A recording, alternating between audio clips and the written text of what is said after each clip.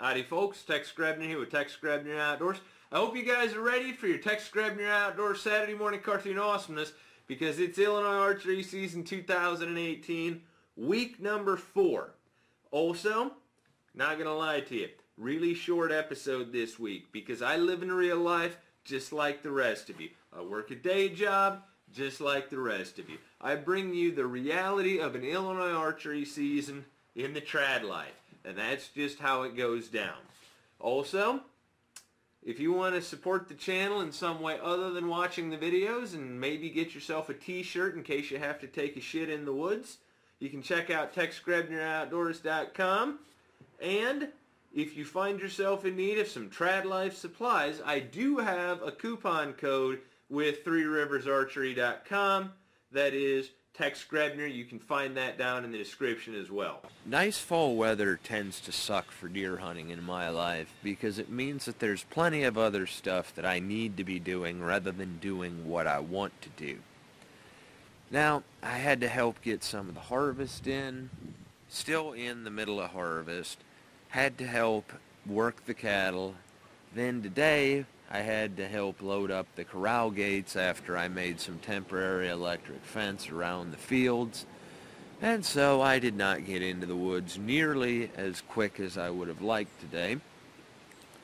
And to be honest with you, I'm real good at sitting in a stand in adverse conditions, but as we've seen, I'm not real good at killing animals at distances that I shouldn't be able to miss them at. I'm also not really good at blood trailing because I don't have a whole lot of experience with blood trailing.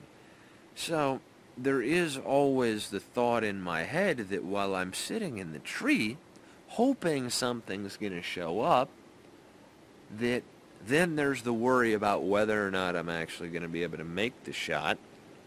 And there's also the worry about whether or not, if I do make the shot, am I going to be able to blood trail the animal successfully?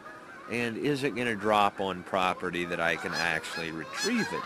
So while I'm super good at sitting in a stand doing nothing, when it actually comes for go time, the rest of the stuff tends to worry me a little bit. But I've got no problem sitting in the stand when it's 30 below zero.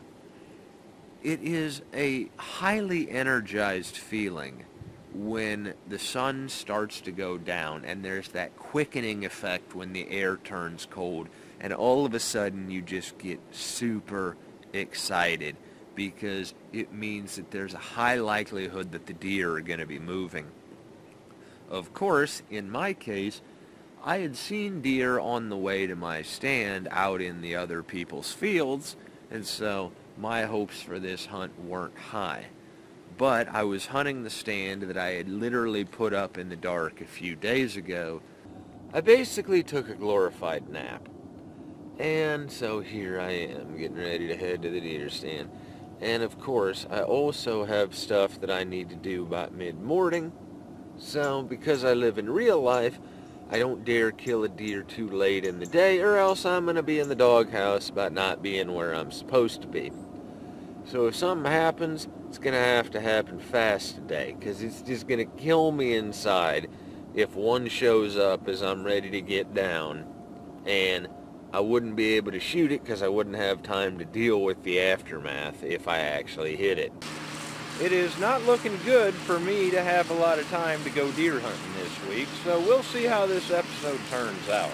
The other day when I went out hunting in the morning, I literally was in the stand maybe a full 45 minutes before I had to get down and go help with the harvest.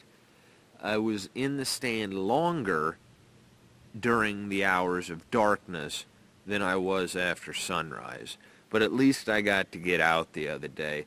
Of course, it didn't get any better the rest of the week. As I've said, I like hunting in shitty weather conditions because it means that I actually get out to go hunting.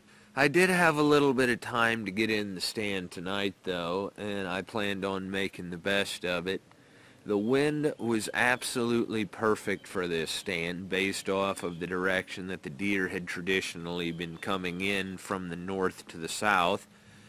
And I was anxious to redeem myself at this stand after I missed that doe the other day last week.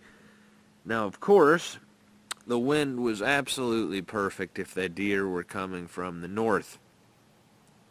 In fact, despite all the evidence that I had seen, a doe snuck up behind me, right into my scent cone, and just started blowing and stomping and just all around freaking out. Granted, the brush behind me was too thick, and I literally couldn't swing my bow around the tree and do anything about it. But that is the reality of hunting. And in spite of all the fancy shit out there, the only thing that really matters about scent control is the wind. If they can get upwind of you, you're not gonna fool them. Life ain't like the pornos. Hunting ain't like the TV shows. Spoiler alert, no kill with sticks. Very sad hunty dodge because I did not get to go hunting very much. But I'm hopeful that I'm going to get into the woods a little bit more as the harvest slows down, tapers off a little bit. And I'm also hopeful for the rut. Of course, there is the drama of archery season where there's the early season and then there's the harvest where deer have to move from cover to cover, and then you end up in the rut, and then it gets absolutely miserable. So, I hope you guys have enjoyed watching this week's episode. Wile E. Coyote is apparently my spirit animal. As always, God bless all my sportsmen of America. Join the NRA to protect our rights. Just got my friends over at threeriversarchery.com. Thank you very much to those of you involved in law enforcement and those of you serving in the military. And thanks for watching Tex Grebner Outdoors.